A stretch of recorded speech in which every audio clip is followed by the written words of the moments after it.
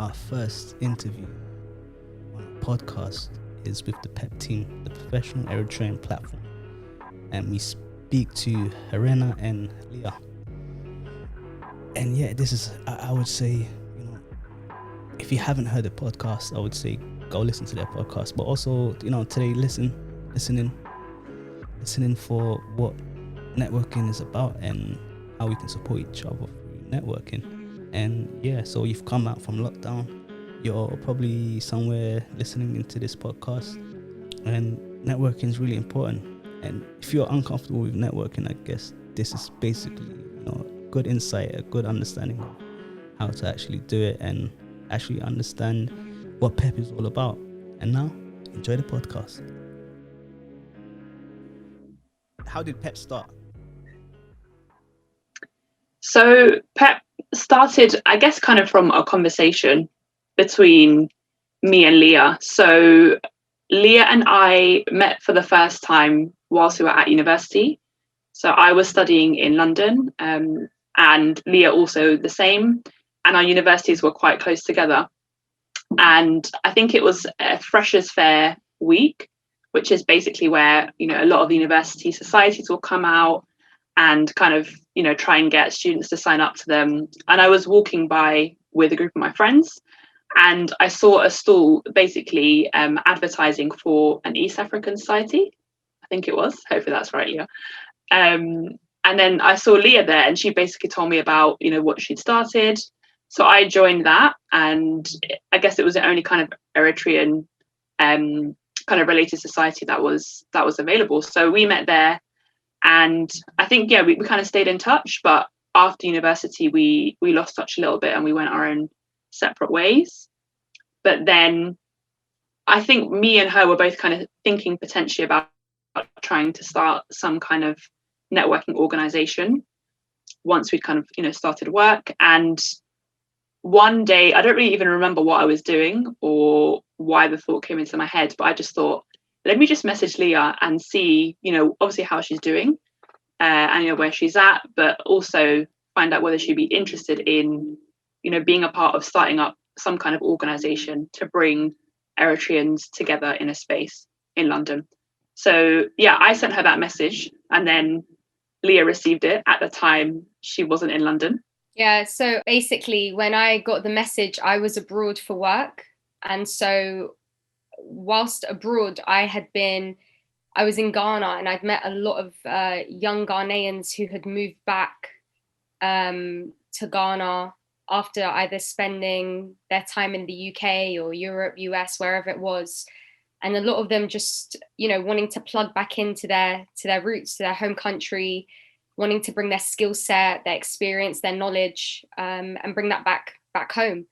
And I found that really inspiring. And I was really impressed by some of the ideas people had and how they were kind of adding to the existing sort of things that were already in Ghana. So with that in mind, I had then in my head thought to myself, wow, I wish there was some kind of collective in London, at least in London, where I could meet other Eritreans like me in the professional sphere, or at least maybe still studying, or whatever the case may be, just to kind of get, the conversation flowing, see what people were doing, what they were about, what they were up to. Because beyond the scope of those that I was like related to, or like family friends, or, the one or two Eritreans I grew up with around my area, I didn't really know anyone else. And as you can appreciate, London's so diverse, so busy.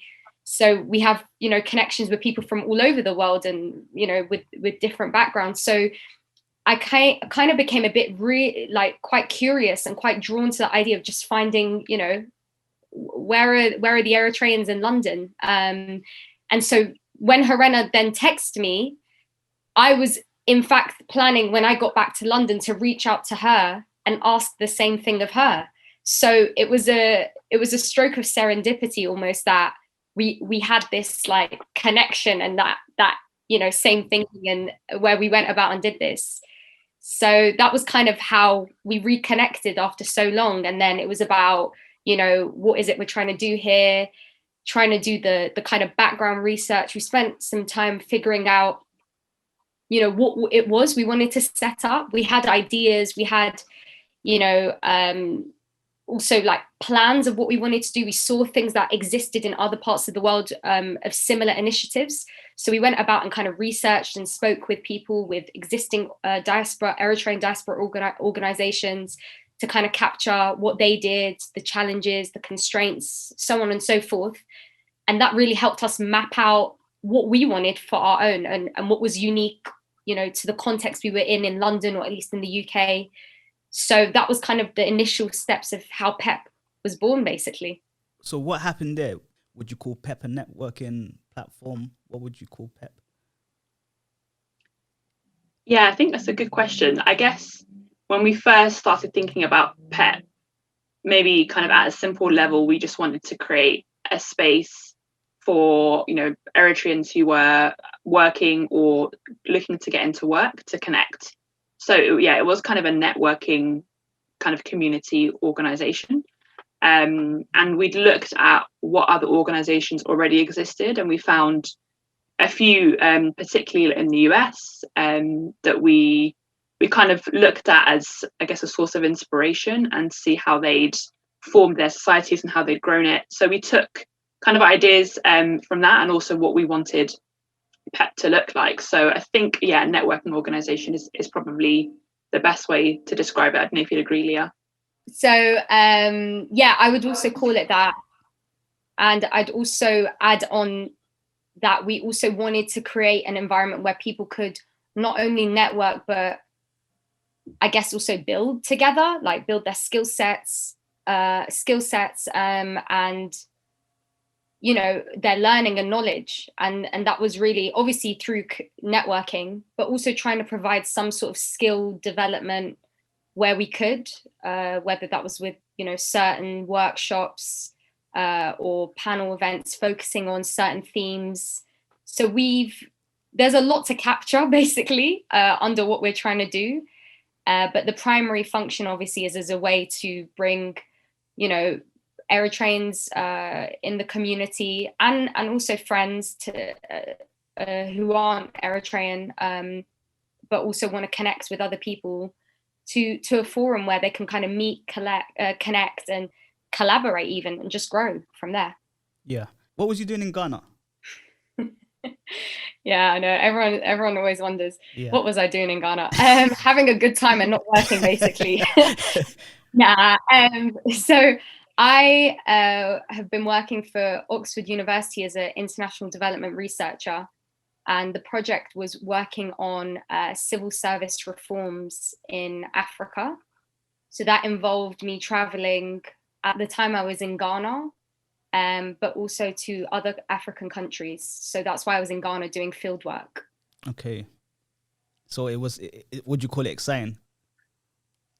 Very, yeah. It was so fun. It was my first time to West Africa, and my first time obviously to Ghana. And so I think, it was around sort of 2017, end of 2017, when I went for the first time, and I absolutely loved it. I really enjoyed my time, and I learned a lot from my time there. How did you get into that field? How did you get into researcher, right? Yeah, but it kind of goes back to my master's, which was in research for international development, and my undergraduate, which was in economics and international development. But this wasn't the plan. This wasn't what I thought I was going to end up going into. It was just kind of things falling into place and opening a door and having it, shut in my face, trying another door and managing to get through the door, so to speak. So it took a lot of just being curious, really. I think I'm naturally quite curious. And I try my best not to hold myself back from opportunities. And so I was fortunate that I was in that environment and I had that kind of mindset. I have that kind of mindset where I both plan, but I can be adaptable almost. And I think that's been to my advantage in the sense that I was, I was keen to try anything really. And so the role of a researcher really encompasses so many different aspects.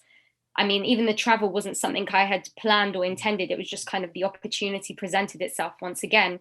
But I seized it, and from that, I've been able to have experiences that are a privilege, basically, and I really try my best to not take for granted. Before becoming a researcher, as well as Harena becoming an accountant, what was the dream? What was your, like, what did you, before you even thought of that, what was your actual, what did you want to do? What was it that, because I'm sure when we was all younger, we had these certain dreams that we wanted to capture. I'm trying to think. It feels like such a long time ago. Come on, when I used to dream as a kid. Actually, I think when I was in kind of secondary school, I guess, before obviously going to university and thinking about what you were going to do long term, I actually really wanted to be a teacher. I used to teach my brother and sister when they were younger at home, sometimes by force. But I had, like, one of those little blackboards that you could buy. Yeah. And then one side was a blackboard, the other side was a whiteboard. Used to have lessons and teach them, and I really enjoyed it.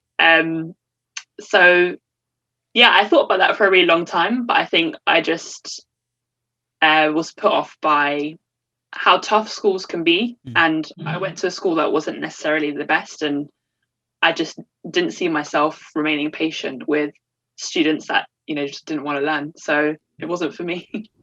So how did you get into accounting, from you being just not focused on, but having a dream of becoming a teacher? How did you get into the field of accounting? Yeah, I think obviously the dream changed from when I wanted to be a teacher. I guess as I went through school, I really enjoyed kind of science, and was thinking about what I wanted to study. So initially, I then thought about maybe going into medicine or kind of some kind of science research. So I took those subjects kind of at A-level, but then I actually ended up deciding to study chemistry at university. And I did really enjoy it. I thought the degree was great, like it was interesting, but I think I quickly realized that I didn't want a career in science and in research, mainly because I felt like it didn't really push me enough in terms of being able to use a broad range of skills. Like, it's a very academic role, but there were certain things like, working with people, working in big teams, working in kind of a fast-paced environment. And I did some internships whilst I was at university that were in finance. I think that kind of initially sparked my interest in that field where I'd never considered it before.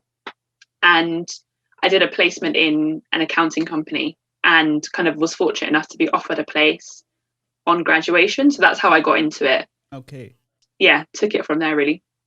Was there any mentors that you had that actually, kind of gave you a sort of pathway or gave you their experiences so that you could actually, gain knowledge to maneuver, I guess?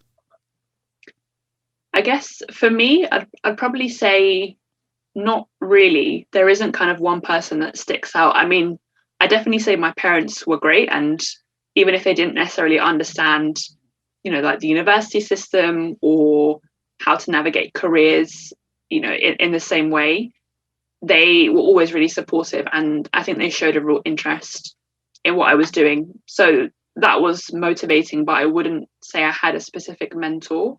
And I'm the eldest of my siblings, so I think I kind of felt like I was the first one trying to figure it out. And so even when I was applying for university, I was really unsure of what to apply for. Like, I settled on chemistry, but I think I wrote 4 different personal statements for 4 different subjects because I was just confused. So I just ended up picking chemistry because I just thought, like, this is my A-level subject. I enjoy it, so let's just go with this. But I think I probably would have benefited from a mentor. I guess I think what I did maybe have is just, I think, a natural sense of being proactive and being curious. So I think it led me to opportunities, and that kind of helped fill in the gaps and help me make, I guess, more informed decisions, I think. Yeah, so I would say, there's a lot of parallels in mine and Harena's story, in the sense that I'm also the eldest of 3. And similarly, whilst navigating, sort of university A-level choices, GCSE choices, all of that, it was a very kind of it was difficult to navigate, because whilst I was experiencing it for the first time, so were my parents. And there's very kind of little resource or people you can rely on in a way that I've also gone through it. And so it was a lot of, I sometimes, joke with my sisters about me being the sort of guinea pig in a way, because I'm the one that, for good or bad, goes through whatever, and then they can benefit and not have to go through those same pitfalls potentially, but also reap the successes and more from what I've done. And that was kind of also, again, just tying it back to PEP, something as well that I really wanted for PEP, because I wanted it to be a forum and a place where, be it that people, are in a similar position as us, where they're the eldest, or, they may be alone, or not have that guidance or people around them, to kind of find a place where they could connect with others, and again, just really emphasizing that kind of collaborative learning and discovery approach. So for me, definitely in terms of mentorship, there were kind of one or two people who, like family friends who'd gone through uni or had started working, who kind of helped me out and tried to assist. But I think it does come down to you really then having to make some calls for yourself. And there's always this big, discussion about like the push for family for you to become a doctor, lawyer, or disgrace, right? And it is about sometimes really having to navigate and have these conversations even with your loved ones or people around you, because you might be doing things. I mean, even a researcher, for instance, like this is a new thing, even for me, like what's a researcher? And even explaining that to mum and dad or family or people, sometimes they're a bit confused. But it is about just having these conversations and I guess like pushing through. So what would you say is a researcher? Because people say, oh yeah, I go onto Google, I do this, I do that. But what does a researcher initially do? Yeah, I mean, Google is definitely a handy tool, as with everything. But it's a lot more than Google, fortunately and unfortunately. I mean, for me, it involves field work. So you have a question that you're trying to investigate, and by investigating, you need to come up with methods to collect that data, to extract information, be it from, in a quantitative way using numbers, or in a qualitative way with interviews or focus groups, or, watching people or whatever it might be. And then from that, depending on who's asking these questions, either coming up with policy recommendations, coming up with solutions to problems people are facing. The great thing about research is that it can be applied to a number of different disciplines in different ways. It can be with apps and technology, but it can also be in what I've been doing in international development and kind of working on programs and policy and the way maybe, different organizations should be running or offering their services. So I don't know if that kind of helped answer it. Are you more of a qualitative or quantitative researcher? I'm more qualitative, just the nature of what I've been doing. But I want to become a bit of both, because I think both have their advantages, both have their disadvantages. And I think if done well, they can also be quite complementary. And yeah, I guess it also depends on the nature of what you're trying to investigate. We'll move back onto PEP. What's the meaning of PEP? How did you get to decide a name for your company, for your organization? Yeah, I think with PEP, we came up with, I think it'd be quite embarrassing, the names that we came up with. I can't even remember, because I think I had to like singe them out of my mind and just burn them away.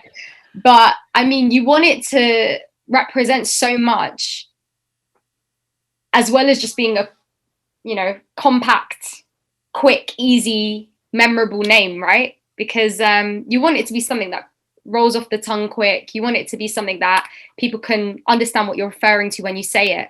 So PEP stands for Professional Eritrean Platform. So yeah, that's our name in full. But like every great long name, it needs to be abbreviated. Yeah. So that's where PEP comes from. And it initially means pep as in like pep talk, or pep Yeah. as a maneuver, as so push. It definitely, so it's got that kind of like other meaning, which has been fun, like that sort of play on the words there. And yeah, and it also stands for what it stands for. So it's been good in that sense. That's fantastic. Yeah, I think that's great. When you come up with the name, how did you get it moving? How do you start? So how did it all come together? Yeah, I guess once we'd come up with the name, which took us a bit of time, I think, to get something that we were actually happy with. I guess the first step for us really was to kind of test the idea. So me and Liah had conversations about, what our hopes were and what we imagined, but we didn't really know whether people would actually be interested in it, like what the appetite was for a network like this. So I think at the beginning we didn't really overcomplicate it too much, and we just thought, okay, let's try and organize, a relatively simple event that just brings people together, where we can share our ideas and, what we're thinking about for the network, and just see what people think. So that led us to our very first event, which was in August 2018, I think. So yeah, a while ago now. And it was just like a really casual meet and greet. Just I think like in a bar, we were just having drinks with people. And yeah, I think we were really surprised by the turnout. I think in our heads we thought we'd maybe have like 5 people, but we had a good number of people who came, like lots of new faces, and everybody was really encouraging, really positive about the idea. So I think for us kind of gave us a bit of confidence in our idea, and that it had the potential to grow. So I think we just took it from there, and since then we've just tried to take it a step at a time and not try to take on too much, because obviously PEP is something that we do on the side of our jobs and life and other commitments. But I think that's worked out well for us so far. So that was our first step, I think. So it's run just under about 3 years or so. Yeah. Yes. Yeah. About 2 years and 6 months roughly. And how do you feel like it's going? I think it's going well. Obviously this year and the pandemic have been a challenge and have, changed plans dramatically, but I think I'm really happy with how it's gone, and it's something that I'm really proud to work on. I'm sure Liah would say the same. And I think, hopefully it's something that, continues to run, and we have lots of plans for things that we want to do, and we get to hopefully engage with more people in it, and people will get involved, and that it just continues to become, a better and bigger resource for the community in London, but also globally as well. So yeah. It's been definitely a roller coaster. We've had to obviously naturally adapt, as has the world, with what's been going on with the pandemic and lockdown, because as we mentioned in the beginning, the form in which PEP does most of its work is with like networking and face-to-face meetups, but obviously that's not an option anymore. But we were fortunate where we tried to make the most of it by using virtual forums as a way to still conduct our events, and that actually and also obviously do our podcast series, and that actually works in our favor, because now our reach and our audience size kind of completely went beyond the London scope that we were physically able to do before, which is really exciting. It's really nerve-wracking as well, because people know of PEP beyond London, beyond the UK. It's also really humbling as well, just how much support and appreciation people have shown for what we're doing, and that makes it worth it for me. It gives me I feel really proud of how far we've come, and even though it's been 2 years and and so, many months, it almost feels like sometimes a month or two, like so much has happened in a short span of time. It doesn't feel that longer at all. But yeah, that's kind of the journey so far. So yeah. Did you have any was there any hurdles that you had to go through? Yeah, I think naturally when you're starting anything, it takes some time for the idea to really, because it doesn't exist, right? So you have to make it not only exist and prop itself up and give it foundation, but then get other people to believe in your idea. And I think, as not just onboarding people to the idea, like that's one hurdle, but even you just believing in it is probably the biggest and most important step of any sort of thing. And then you can let the work speak for itself. But if you're not backing yourself, if you're not on your own team, then why should anyone else be on your team? So I think at the beginning, especially, we were trying to navigate what it was we wanted to do, how we wanted it to look, and what was some things, that we wanted to make sure we were clear of. We were very kind of, I guess, cautious and kind of doing things step by step, as Harena mentioned. And I think that was good because it meant our growth has been organic, and it's meant that, like we've been able to build like good foundations of who we are and what we're doing, right? When it comes to the organization and its activities. But in terms of like the natural hurdles anything would face with just the initial, like, how are you going to logistically do events, manage it with your time and other commitments? That's one aspect. But, just more technically, like with PEP as an organization, it was just something that we were doing as volunteers, self-funding it, or relying on people to offer their services for free. Like we've been so fortunate that people have been forthcoming to give their time. What greater commodity is as valuable as time?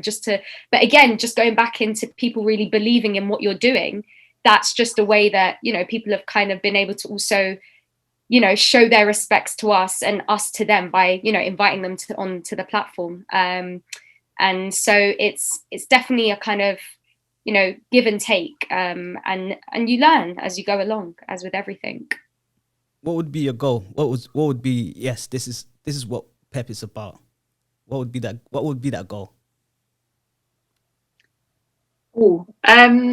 I think for me, what I would deem as kind of being successful for PEP, I mean, that's not to take away, I think, from what we've done and achieved. And like Liah said, I'm really proud of it and really excited to see kind of what happens in the future with PEP and how it continues to grow. But I think one thing that I guess both of us have been focusing on is sustainability, because I think at the moment, obviously, we have, our team who help run PEP, but trying to think about, what will PEP look like in 5 years, in 10 years, when our own commitments naturally will change and maybe we won't be as involved or involved in the same way, and just thinking about who can kind of take PEP up next, basically, and trying to maybe think a bit more about, planning for that now, and, taking the steps to try and make the organization as sustainable as possible so that it runs itself, whether that is in terms of, being able to financially cover expenses, making sure we're set up properly with either like governance and kind of all our admin stuff in check, and just those little things that I think sometimes you can take for granted or you don't pay as much attention to because you're looking at your output, which is your events. But I think that kind of, I guess, kind of back office stuff is something that we've been really trying to focus on. And I guess the pandemic in a way has given us a bit more time to do that work because we haven't been able to do our traditional events. So I think, success for me looks like, a PEP 10 years from now that is being run, day to day by, other people, and just being able to see that we've created something that will last beyond us. I think that would be amazing. What does your organization mean to you? I guess for me, my organization, PEP, it allows me to do lots of different things. So For me, it's a place where I can be creative. That's like, doing our branding or thinking about content. It's a place where I can meet and connect with other Eritreans. And I guess it's a place that I'm also really proud to work in, and to have built. So it's, definitely a sense of pride, and it means a lot, and it's something that I care a lot about. And sometimes you do have to kind of step back and, like we said before, just make sure the work you're doing on it is sustainable, because it's something we need to balance with our other commitments. So just managing that, I think, takes a bit of time, but I think that it means a lot. And I'm hoping, that it continues to develop and to grow, and hopefully all the things that Liah and I have imagined and, hope for it will come to fruition. And, it takes hard work, but I think it's just that it's something I really believe in. And I think that's why, I'm sure Liah would say the same, but we're motivated to do what we do. Obviously, it's a voluntary organization. So I think that speaks for itself, in the fact that it's something we've kept running for over 2 years. And I think we still have the same level of energy and enthusiasm for PEP, as when we first started. So that's something I'm really happy about, and I feel fortunate to have as well. And I think, especially in the past year, I've had, a lot more free time when we're at home. So it's nice to have something that you really care about, that you can work on and you can see the impact of as well. So I think that's what I'd say. Yeah, just to add on, I think a lot, I don't know if it's old age getting to me now or something, but I think a lot about legacy. I think a lot about, I guess maybe it's just even thinking about this year and kind of what it's taught us, or at least what it's taught me. I think a lot about, what are you here to do? What is your duty, both to yourself, to your community, however you define or think of community. And I feel almost like it, for me, it's both a privilege and a sort of, I feel like it's a duty for me to almost provide help or provide, at least opportunities that I wasn't able to have to people that can have them now. And that's not to say I'm in any sort of righteous, know-it-all position. I'm still learning too and growing at the same time. But if I can kind of take away from some of the sort of struggle or the maybe confusion people might face, especially as they're navigating themselves professionally or academically, then I would do that. And what better place to start than with your community, and it's already a lot to kind of navigate being Eritrean in a country that isn't Eritrea, even if you were born or raised here. So I think it's so I really enjoy being in PEP. I really enjoy the opportunities it's brought me, and again, just thinking about long-term impact, I really hope it will be and become something that continues and exists without us in a way. I think that would almost be like I think that would almost be I think that would be a lot, because that would mean that it can exist and survive without me or Harena's input and our other team members, PHILMON and Milena's input. And that means not only is it kind of like self-sustainable and continues, but it can also allow other people to come into the picture and make it adaptable and change it with the times, as we've had to. So it's been like a great privilege. It's been a really exciting thing for me to have alongside work and other things, and it's been lots of fun, actually. It's been a lot of fun to be able to wear different hats and to be able to meet so many different people. I think that's been my favorite thing as well. So that's kind of it with PEP for me. So yeah, I really like your podcast. It's Pep Talk, right? Yeah. And and the interviews that you have on, the guests that you have on, it's they're like us. they're from the same background, culture. It gives us like real life experiences. How did you network that? How did you bring that to life? Yeah, I think it's sort of a catch-22 in a way, because you need to know the people in order to bring the people on board. But how do you get the people on board if you don't know them, and so on and so forth? I think the greatest advantage in terms of what PEP has brought me as Liah, like as directly as Liah, is that I now know more people, more Eritreans than I ever knew in London. And so because of that, and especially from the time we've spent when, people have come to our events, we get the chance to kind of understand who people, are, what they're doing, and, both on a personal level, but also in terms of PEP and professionally, again, how people want to contribute and sort of help out. And it's so, I'm always floored and amazed with the talent, the achievements, with the journeys, with the struggles, with the achievements that people have gone through. And at least with the vision for PEP Talks, we didn't want this to be some sort of pedestal where everyone's got this perfect picture, this linear path, and, everyone got A stars, and got a top degree. And we didn't want to just, kind of like compare or this be some sort of comparison exercise or something where people then listen to it and think like, oh my gosh, then what am I doing with my life, sort of thing. But actually, we wanted it to be a way where people could see, the multitude of ways that people can do something with their life, whatever success means to them, however they've defined it, the ways in which they've discovered what their true passion is or where their skill lies. And I really hope we were able to capture that from the diversity and experiences of the speakers that we had. And that was really the goal. And, there's so many people out there.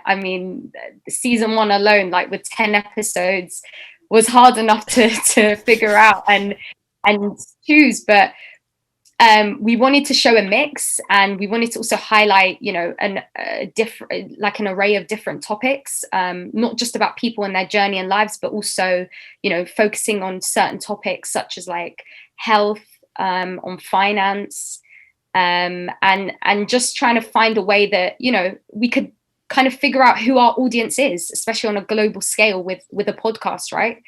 So in terms of how we found people, it was either through contacts that we had from PEP, some were from organizations that we'd heard of, just in terms of PEP, who we're connected with, like on Instagram, for instance, or an event where we see a speaker and we're like, oh wow, we should kind of reach out to them and just make ourselves known. And it was kind of that. It was quite natural in that sense. And sometimes kind of contacts that we knew personally as well.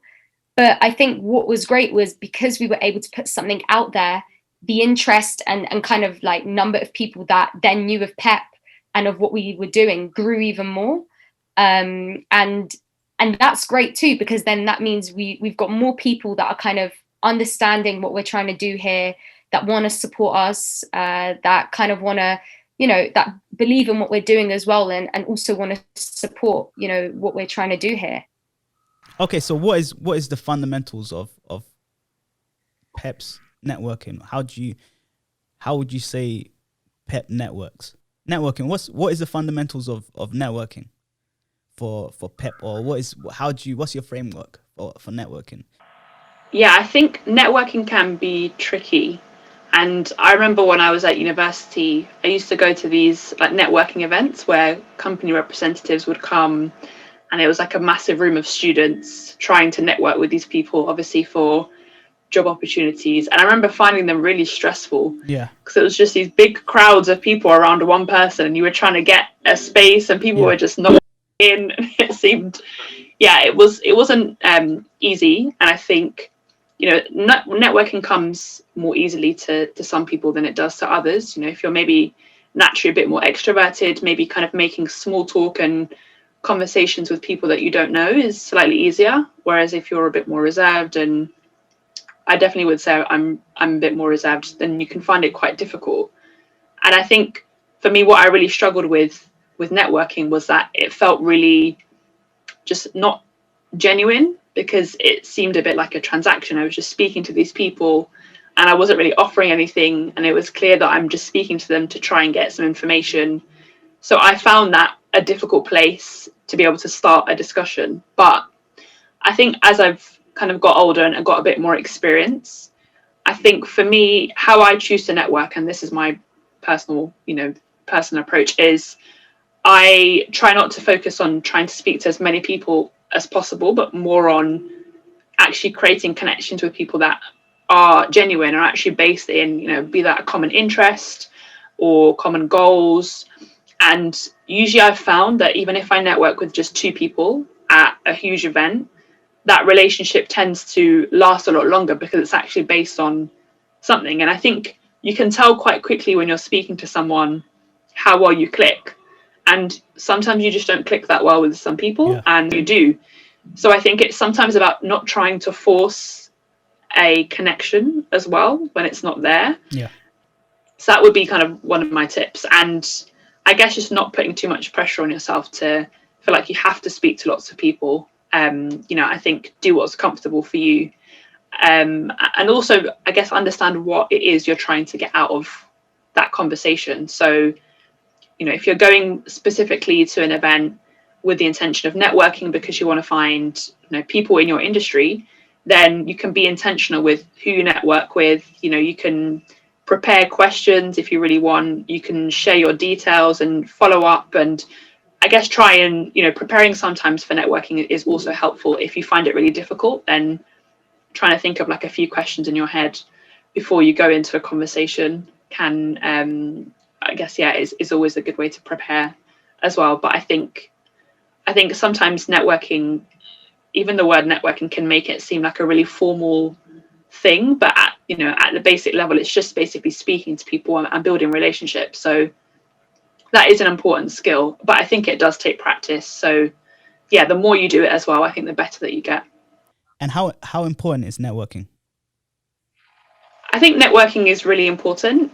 I mean, not just in a professional sense, but I mean, personally, going out and making new connections with people could lead to anywhere, and you never really know who you're meeting and, what that relationship might do for you in the future. So I think, networking is really important. It's definitely something that you should try to practice as much as you can, because like I said, I think it does take practice to get good at it.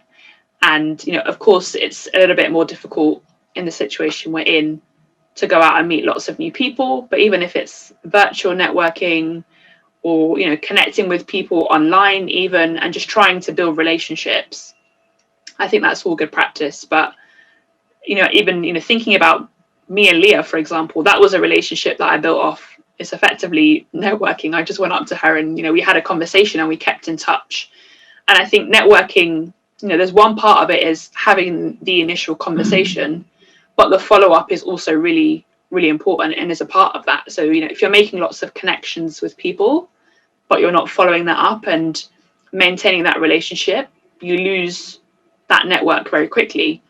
And I think when I was younger, that wasn't something that I was very good at. Like I'd go to all these university events, get these business cards, but I just wasn't very good at follow through, or I'd follow through once and then kind of forget to follow up with people. And so you just lose track of all these people that you've spoken to. So I think kind of coming back to this idea of kind of quality over quantity. So I think it's always much better to network with and connect with fewer people, but invest the time to actually maintain those relationships, rather than, networking with lots of people that you don't actually speak to after that day or after that evening.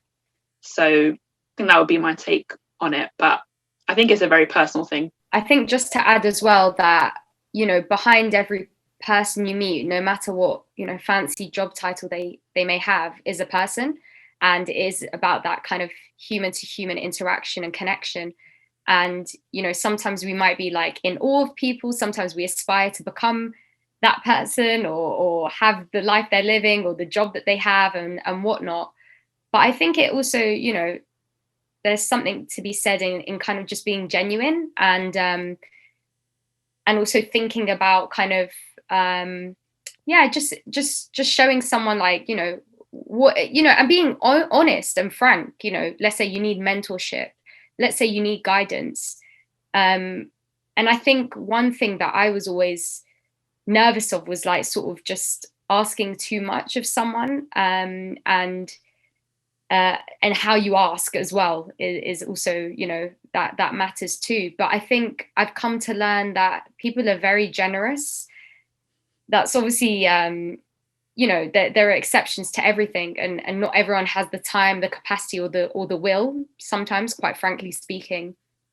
But I've come to find that people are very generous and willing to help, and sort of just like, you know, the way that, you know, I'm still junior, let's say, in my position, and trying to become a senior, whatever it might be, that senior one day was a junior also. So I think, you know, no one wakes up being a boss, no one wakes up being a manager or a CEO, whatever it might be.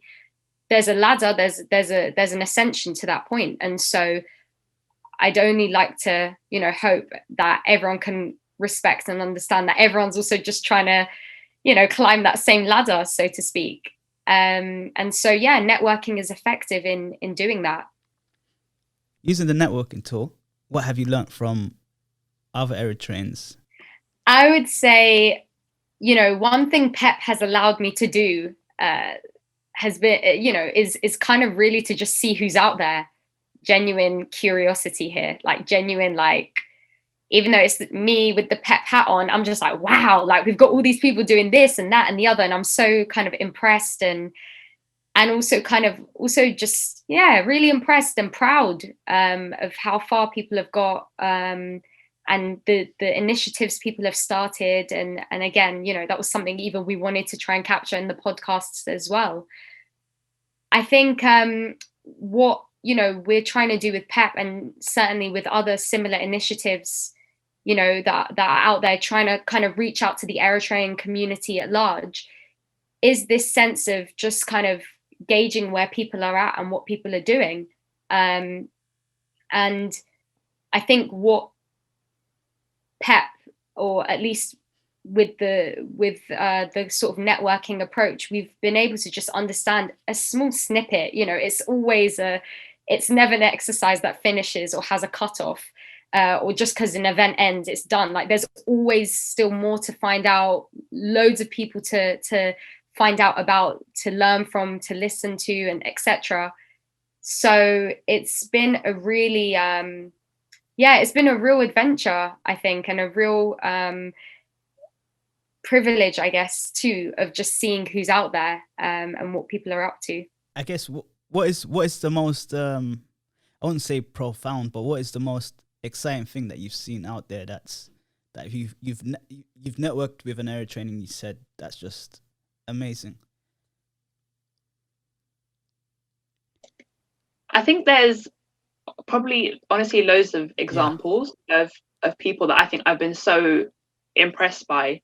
And I wouldn't say it's necessarily about, you know, how senior they've become or how big of a business they've built. I think just the fact that they've managed to create something as self-starters, really, and trailblazers, basically, in their field, and doing something where they haven't necessarily had a role model or an example to, you know, model themselves off. I think that's impressive in itself. And obviously everybody we spoke to in our podcast series, for me, was super inspiring, and I think they all have really amazing stories. And I'm sure there's loads more of us out there that we haven't met yet. And I think that's, you know, what's really exciting about PEP for me, is just all these people that we get to hear about that we just never knew existed. So I think it's hard to call out a specific person, to be honest, who are doing amazingly well, and it's great to see. I've definitely enjoyed your podcast. You've had, I think, a visual artist that used technology, I think the Prince, and they were entertaining and they were fascinating to listen to. So don't ever stop. I guess COVID is part of our history now, and it's taken about a year out of our lives. So how has PEP handled the pandemic? Well, I think right before the pandemic kind of hit the UK, so I'm thinking kind of early 2020, so kind of January to February time, we were actually planning on having an event in April. I can't remember the exact date it was meant to be, but we've been working with another Eritrean organization named Eri Wellbeing, who also do amazing work in the kind of mental health and well-being space. And we were having a joint event around mental health, and we'd got like an amazing space in London through a friend of ours, and we kind of got everything set up. We'd been planning for it for weeks, so it'd been a lot of time that went into it. And I think as COVID was, cropping up on the news a bit more and a bit more, we started to realize that it was becoming a bit more serious. So it eventually led to us having to cancel that event.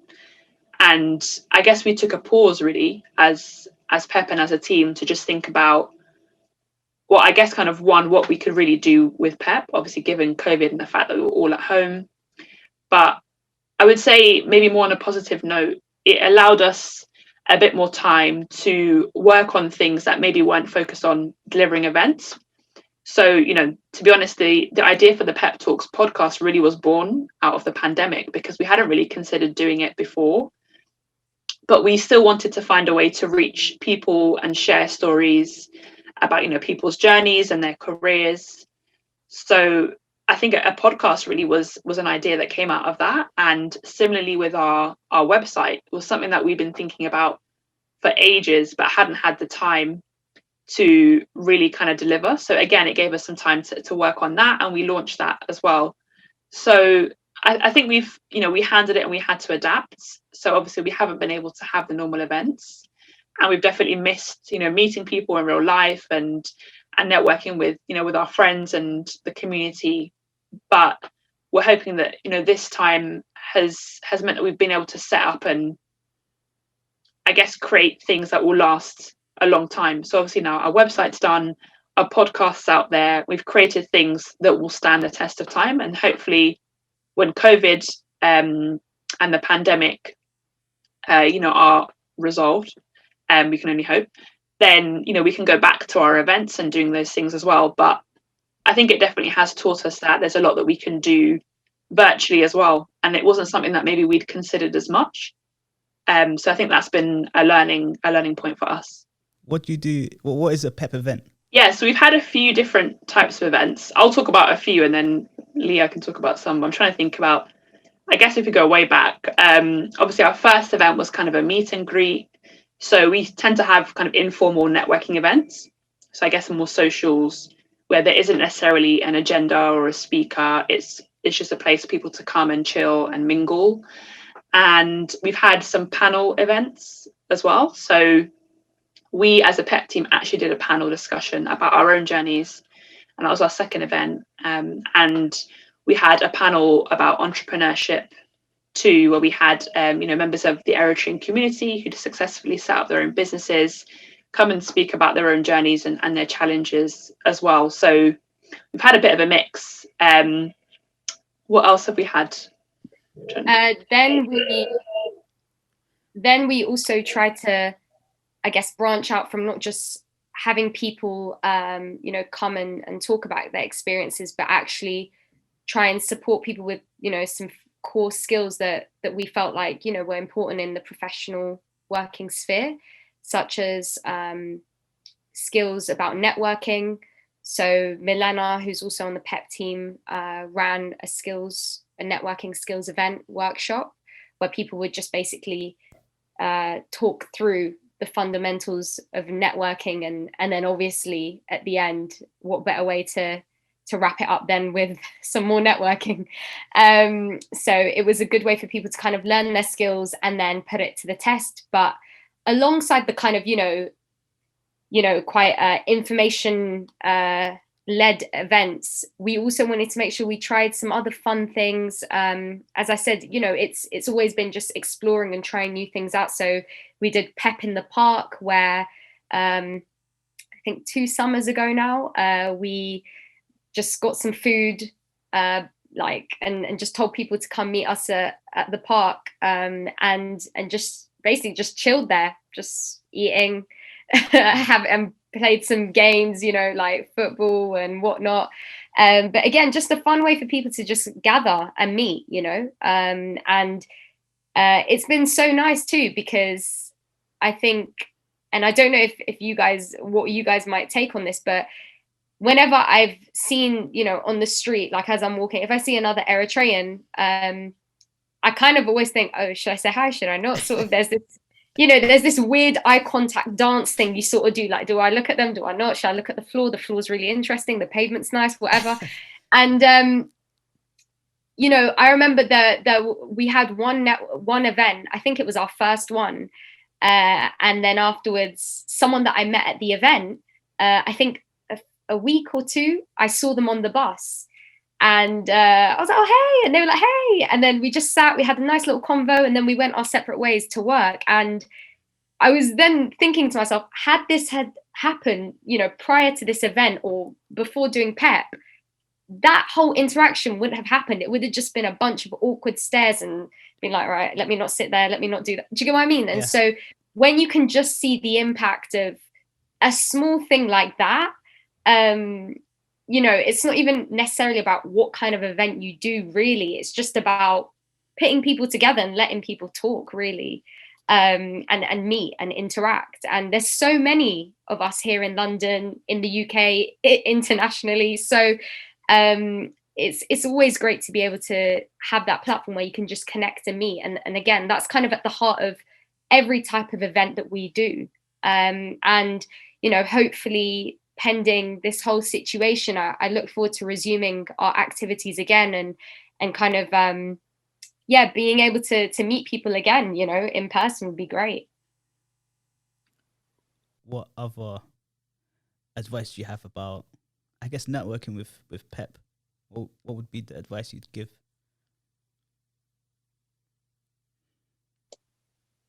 I guess the advice that I'd give, so in terms of networking and PEP, obviously we don't have our normal events, but hopefully once we're able to do those again, I think it's just making the most of the networking opportunities. So, going out of your comfort zone, speaking to people that you don't know, because you never know who's in the room. So I would just encourage people to make the most of that, because, we obviously aren't able to organize events, every week or, every few weeks, because we have other commitments. So when we do manage to organize the events, I think it's just making sure that, people make the most of that and speak to as many people in the room as possible. And we try to encourage that by having kind of icebreakers or making people speak to people that they don't know intentionally. So I think the more that we do that, the more the community will just become a bit more interconnected and people will know more people. So I think that would be my advice. And I'm sure that, we've had so much time away from just human interaction. So hopefully once we do have events, everybody will be ready to go when it comes to networking. And I guess maybe just general advice, and it's something that I've been thinking about personally, is just thinking and reflecting on, what I do with my time and how I choose to use my time, because it's hard to imagine kind of what life was like almost pre-pandemic, because it just felt so busy, and like my days used to run. I wouldn't know where the week went. And granted, some of that time was, commuting and work and, things that we don't have to do in the same way, which means we have more time in the day. But I think I've just really learned the value of time in the pandemic. So I think even once, we go back to something that's a bit more normal, just making more conscious decisions about what I choose to do and not wasting time. And just making the most of the time that we have, the resources we have, the community we have, basically, and just being grateful for that and not letting it go to waste is my advice. So how have you handled lockdown, staying at home, I guess? How do you occupy your time? Yeah, I think it's been tricky, I'm sure, for everyone. In the beginning, I almost was kind of looking forward to working from home. Like, I did not miss the London tube in the rush hour and all the extra time you got to sleep. It kind of seemed like a good situation. But I think the longer it went on, you know, the more I guess I struggle with certain aspects of it, and particularly with just being able to separate your work day from your home. And, you know, depending on people's setup, you know, a lot of people are having to work from their rooms during the day. So I think your room is now your workspace, your office, and also where you relax in the evening. So I think separating that out has been hard. And in terms of how I occupy my time, I think I've been struggling with just screen fatigue and just being on a screen for so much of a day. So just trying to take breaks as much as possible, you know, getting away from the screen, doing a bit more reading, you know, reading actual books, which is something that I hadn't, you know, been doing as much of before. So I just felt like I didn't have as much time. Whereas now we have a lot more of it. So that's been positive. And I guess, yeah, just working on PEP is also a really good break for me. I mean, it is work in one sense, but it's also a lot of fun. So I find that it's a nice way to just forget about everything and just get into something that I enjoy.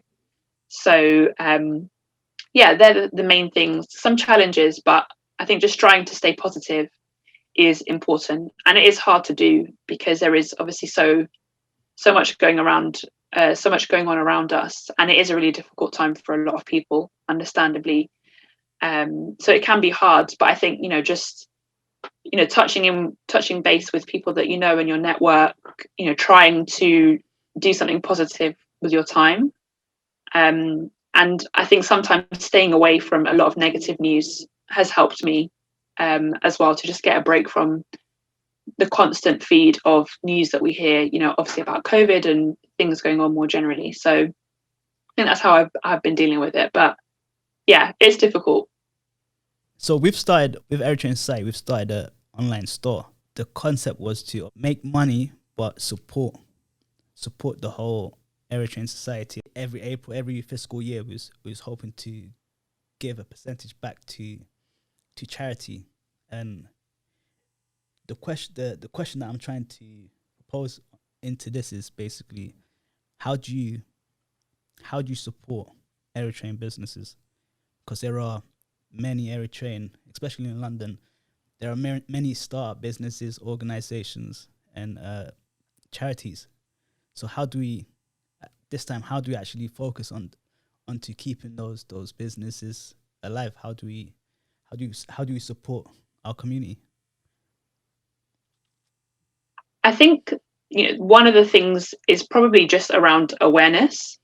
And, you know, I think through PEP, Liah and I, and, you know, people that have listened to our podcasts will have heard of, you know, some Eritrean businesses that have started up, and obviously through your platform as well. And I've definitely seen lots of new kind of Eritrean startups, you know, not just in London, but internationally, which is amazing. So I think it's just about, you know, firstly, giving people the awareness of what is out there. So, you know, whether that's like you're doing with Eritrean Society, is creating a kind of a marketplace where you're hosting all of these brands in one place, which makes it easy for people to, you know, click on your site and find everything in one place. Because I think people do definitely want to support, you know, Eritrean founders, but there's also an element of convenience. Like, as consumers, I think we just want to access things quickly. Yeah. I think the best way to support Eritrean businesses is to create a platform, or many platforms, where all of those businesses are in one place, which makes it easy for people to support it and to buy through it. So I think it's amazing what you guys are doing. You're doing great work in terms of, you know, helping raise a profile of those businesses, because otherwise I guess it's kind of left to chance that, you know, you hear about that business or you're following their page. I'm sure as we speak, there's probably 100 Eritrean businesses that we don't know about. And I think it will take time. Like, it's a process, you know, to get all those brands on and to build that website. And it's not something that can be done overnight, but I'm hopeful that, you know, it's something that we can build as a community.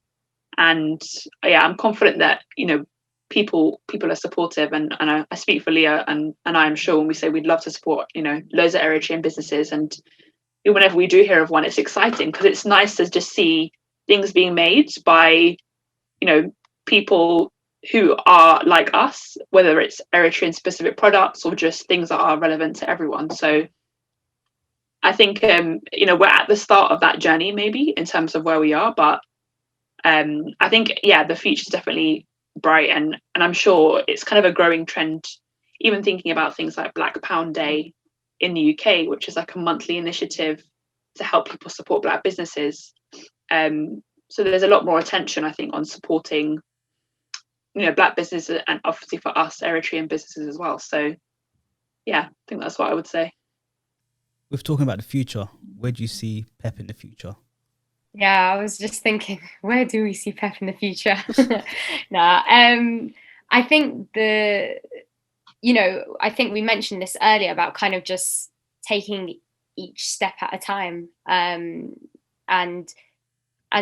just trying to be mindful of also kind of not over promising and under delivering. That's something that I'm really keen on, both, with PEP and just generally, really, and my kind of approach to things. And it's almost been a discovery too, just to see how much we were capable of achieving, with limited resources, sometimes with, just self-funding it or doing things for free.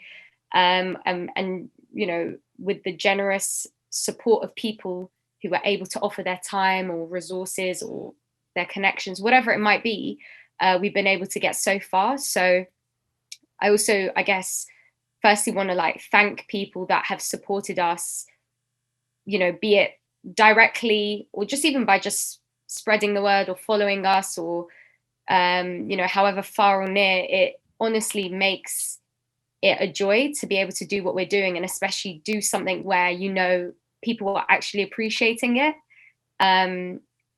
So I wouldn't want to talk about the future without also recognizing the people who've helped us even get so far. Thinking ahead, obviously, and potentially in light of current circumstances, I think it's definitely made us sort of reassess the amount of people and the ways in which we can reach people.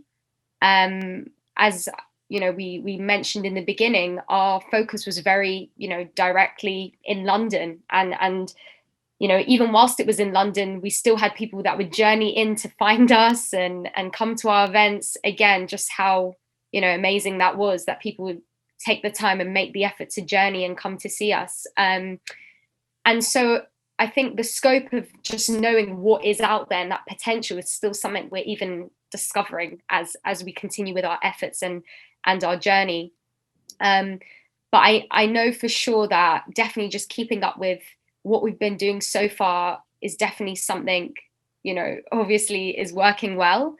And, so we'll definitely keep up with what we're doing. And also, I guess, just be, aware of what else we can do to kind of accommodate to the times that we're in, be it like the virtual events or the virtual sort of mediums we've used, such as podcasting, and having a more wider reach.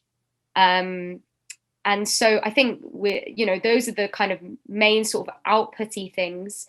But just more generally speaking of PEP, again, just that word about sustainability and just making sure it is something that can stand on its own feet and sort of continue, whether it's me, whether it's Harena, whether it's Milena, Herma, whoever it is, that PEP can still exist as PEP. And, that is something for me that I'm always thinking about. So that's kind of the vision. It's quite general, I know, and maybe it's perhaps a bit sort of, it's nothing tangible, like I want this and I want that, because I think also that sometimes kind of also limits you as much as it is about setting goals. It's not, we don't have goals or things we want, but I think it's also good sometimes when you just kind of take it step by step, because you can then really allow yourself to sort of expand and consider things that, if you're only focused on that goal, you might have not considered before. So usually we close with a question like, would use someone that's comparative. I'm not going to say Mark Zuckerberg is comparative to what you girls are doing, but it's, I thought not skip it, but I thought I'd ask you your 3 favorite books. What are your 3 favorite books and why?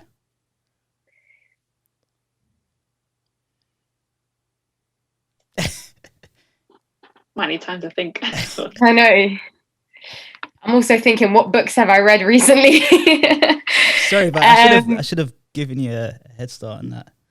No.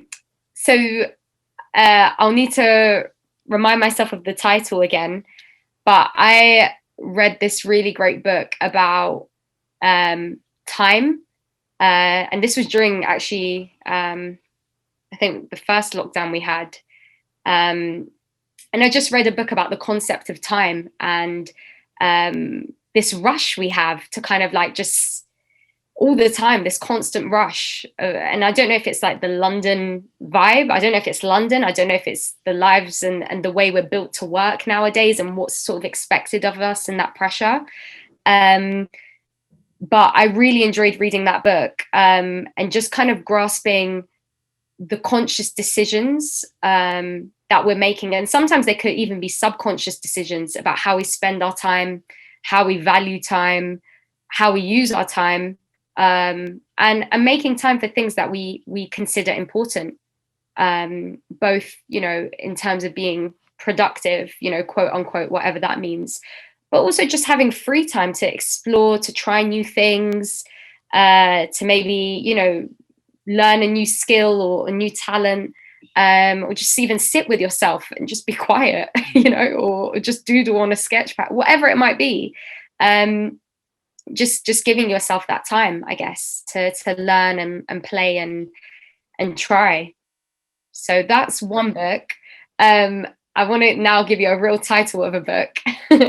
But one book I've always enjoyed reading is The Great Gatsby by F. Scott Fitzgerald. And it was kind of, I think, at English at A-level where I was first introduced to the book. But I just sort of also fell in love with the concept, I guess, of this almost, you know, doomed Gatsby that we're meeting in a way that's just completely aloof with the reality of what's going on in the world. But you can really, I guess it's kind of also a little prod at sort of the way the world works with this very kind of dynamic, forward thinking modern society going on, but then the twisted underbelly of the way that modern society can survive on the backs of people working really hard and you know, not being valued. So that's my second book. And then my third book, oh, it's really tough. Sorry. No, it's cool. You might need to come back to me for a third book. No problem. If that's all right. It's fine, yeah. Actually, I bought my third book.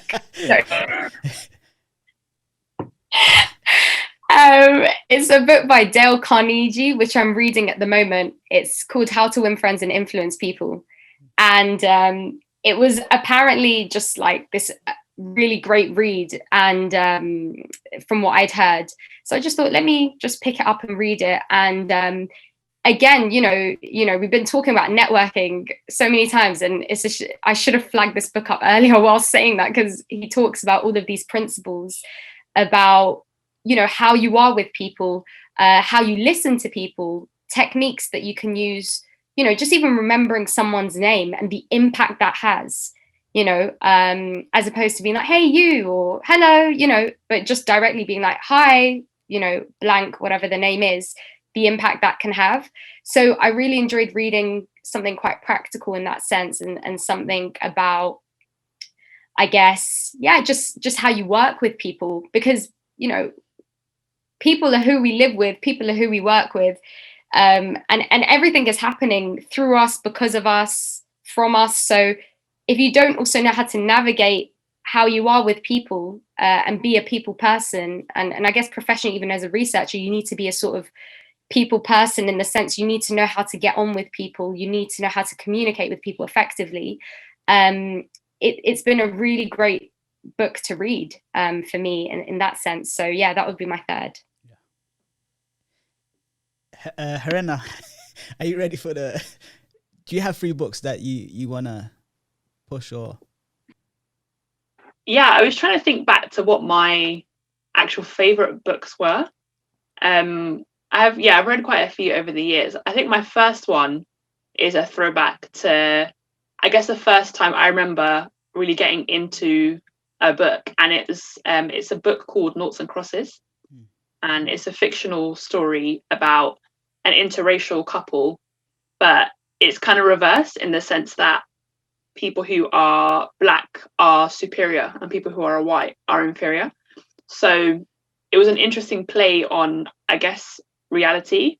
And it's a really good story. And I just remember, it being the first book that I really, really, really enjoyed, and I think kind of made me really enjoy reading. And this was kind of when I was a teenager. So that was my first one. My second favorite book series has to be Harry Potter, which I'm obsessed with Harry Potter. I love the movies, love the books. I think they're amazing. And mainly just because I think they just inspire you to imagine, because when the first book came out, obviously there wasn't a film at the time. And it was the first book that I'd read with, kind of magic. So you were trying to imagine how all of this stuff looked in your head. And then when the film came out, it was amazing because you got to see what it actually looked like. So I think that, inspired me to imagine and to be like creative in how I thought. And I thought it was a great book, great films as well. And my final book is one I read more recently, and it was recommended to me. It's called Born a Crime by Trevor Noah, who's a comedian. He's based in the US, South African. And it's basically his story about growing up in South Africa as a mixed race child. Really, really good book. I think what I love about it is that obviously it's quite a serious message, and obviously the challenges that he went through during, South Africa and the period of apartheid, but he tells it in a way that makes it funny, and makes it relatable, and it's really easy to read. And I think it's an amazing book, so I'd recommend everybody reading that. I was actually meant to go see him in concert in London before Corona, so I'm looking forward to seeing him after it's over. I'm sure he's got a lot of jokes that he's been writing up in his time at home. But I think they'd be my top 3. I'm sure there's lots of others that I've forgotten, but I think they're good, like fun reads. And where can we find the PEP team? Yeah, I think best place would definitely be our website. So if you want to join our mailing list, if you head to our website, so it's www.pepcommunity.org. And we've got a mailing list, so you can sign up there, and you can also find out, a bit more about us. Got information about our past events. All of our podcasts are up on there as well. So that's definitely the place to go. We're obviously on socials as well, and you'll find all our socials on our website. And hopefully we'll have some events organised this year. So obviously we'll be delivering them virtually, but we're hoping that it means we can get more people from across the globe attending. And the mental health event that we had planned in person before COVID, we actually ended up doing as a virtual event. And we had people from across the globe log in, and it was amazing just to see all these countries that people were from. So hopefully we see more of that with the events that we deliver this year. So definitely sign up to the mailing list, and then you'll get first access to events, and you'll get emails whenever we have anything organised. So it's the best way to keep in touch with us. Fantastic. Any final thoughts? Anything you want to project back to the community, I guess? I guess. I think it's really encouraging to see kind of opportunities like this come up, where we're able to talk about what we've been doing, thanks to the people that have helped us, get this far, but also just seeing kind of like what Eritrean Society is doing, in the way it's thinking about taking things to another level with supporting businesses, is also really inspiring. So definitely shout out to you guys for what you're doing and for having us here today. It's been a pleasure as well. And to everyone listening, I hope as well that if any of you have ever had some sort of idea, be it big or small, be it for your community, be it for yourself, I really hope this kind of also maybe just even inspires you to kind of take a second look at that. And if ever a time to do something, why not now? So that would kind of be my little 2 cents to everyone today. In terms of PEP, we've obviously created, something for the community, but we obviously can't be everything to everyone. So I would love to see, more people setting up, initiatives for the community, be that for young people or aimed at specific age groups or whatever it is. I think the more community groups and just initiatives like this we have, the better connected we'll become as a community, and the more that we'll grow as a community as well. So yeah, I basically just kind of a word of encouragement. And if anybody, is thinking about setting up something like PEP, definitely feel free to reach out to us. We've got a contact form on our website. We'd be happy to kind of share what we've learned, our tips, and help support people trying to start something up as well. So yeah, I just wanted to say that too. It's been a pleasure. Thank you for coming on to Eritrean Society's platform. I guess that's the end of the interview.